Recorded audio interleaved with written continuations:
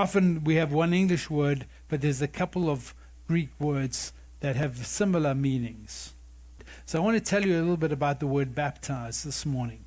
There's one English verb, baptize. But there's two Greek verbs for baptism. And I want to show you the difference between these two words in an ancient pickle recipe.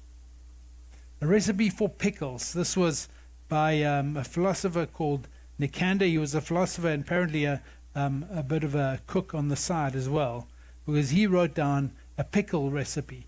This recipe is about 200 BC.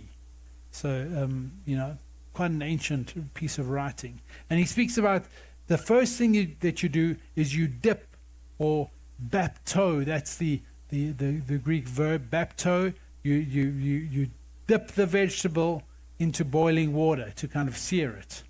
And then you take it out again.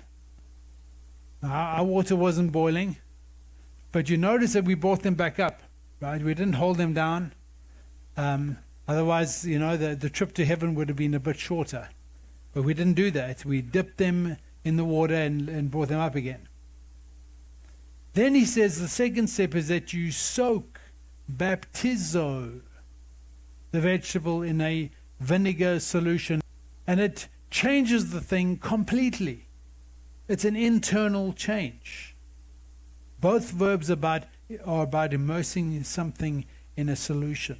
In the first one, the pickle gets put in the liquid. In the second one, the liquid gets put in the pickle. And that's the difference between these two verbs for us.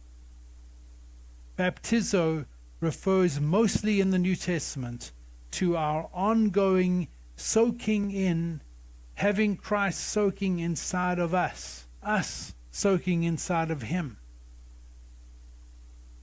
It's not always referring to water baptism. I think the times that it refers to water baptism, it's alluding to this greater step, that the water baptism is just an outward show to the world of this greater step of the soaking in the Spirit of God.